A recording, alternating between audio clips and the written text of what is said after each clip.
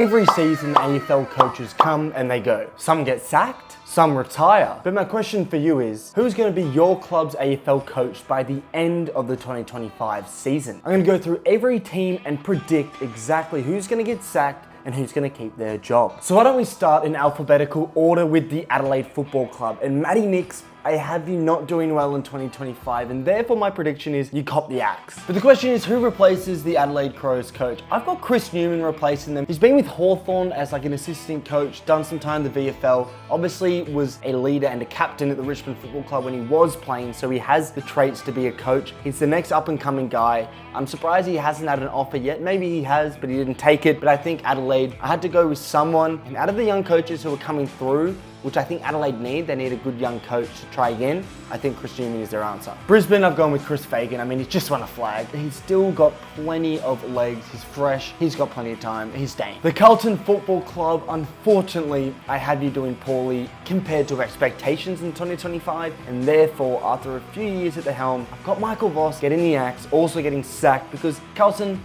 you're in a premiership window in an era. You need to be ruthless. And if your coach can't do it, you gotta get someone else in. I've got them going for Stewie Dew. And the reason I've got Stewie Dew in there is, well, it's part of the reason that Brisbane actually won the flag. We all remember when Brisbane were really shit at the start of 2024. As soon as Stewie Dew came in, I'm pretty sure they only lost like 1 or 2 games from there. As an assistant coach to Chris Fagan, he's part of the reason that Brisbane were successful. And I think Carlton will be looking at him, as many clubs really should be, as a potential candidate to lead the club going forward. And I've got Carlton's coach being Stewie Dew. Collingwood, Craig McRae, he's going to keep his job. Let's not discuss that too much further. As the same with Essendon, I've got Brad Scott keeping his job. Even though I think they will drop down the ladder, potentially bottom 4, I still think they're going to the draft.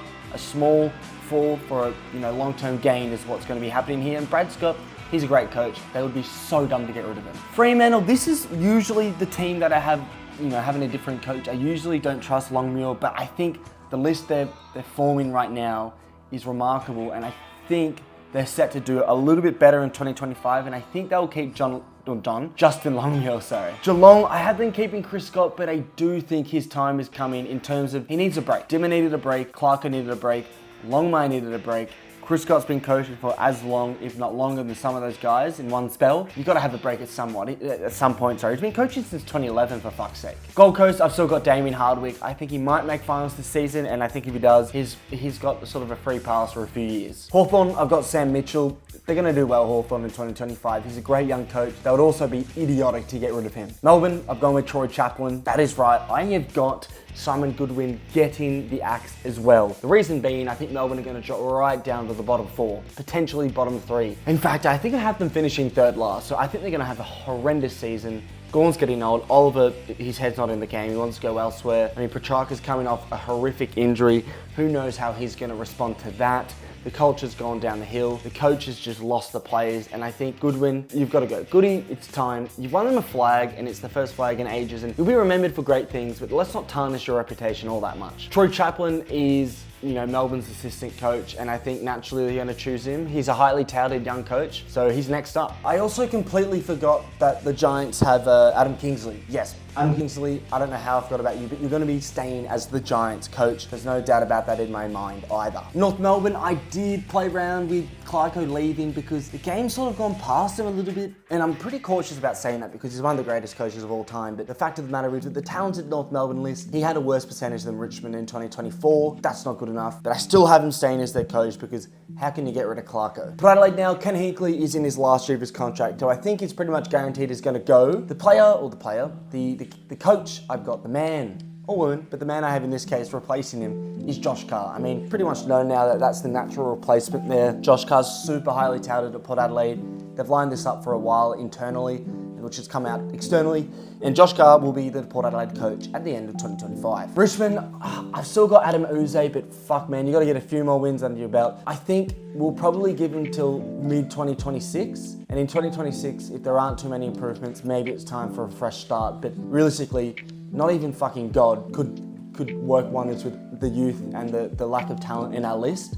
So I'm cutting him a lot of slack. St Kilda. Now, a lot of St Kilda fans, do I think St Kilda fans like Ross Lyon? Well, mostly, maybe a slight majority, yes. I think Ross Lyon will stay as your coach at the end of 2025, on the sort of precedent that he performs in 2025. And the reason I think St Kilda will do well in 2025, maybe scraping in the 8, maybe just missing out, is because the latter end of 2024, St Kilda actually performed really well. Defensively, they were really good, and I thought their system was a lot better. They just got to fix that start of the season, avoid like the season they had in 2024, and I think because of that, he should stay coach. But if St Kilda continue to perform poorly, then I think Ross Lyon has to go.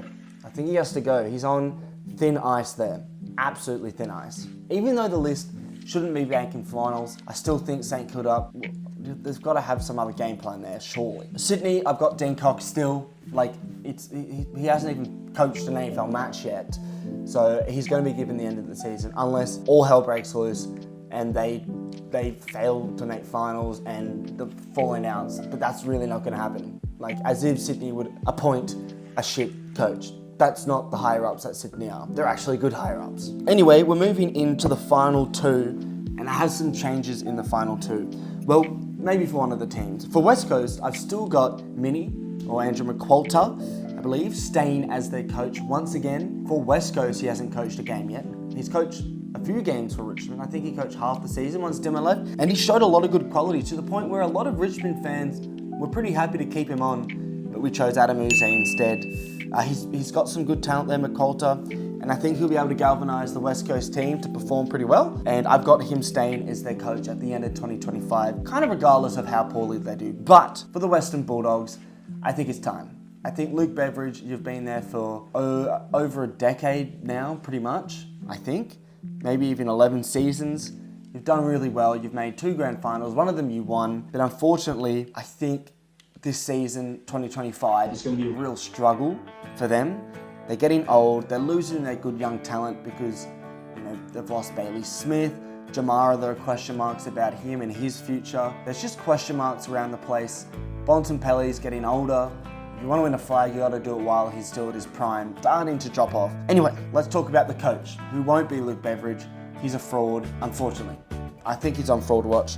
And I've got Daniel Giansiracusa taking over the Western Bulldogs. Now, I did play around with Blake Carousella, but unfortunately I've gone with Daniel Giansiracusa because he obviously was a small forward for the Dogs when he was playing football.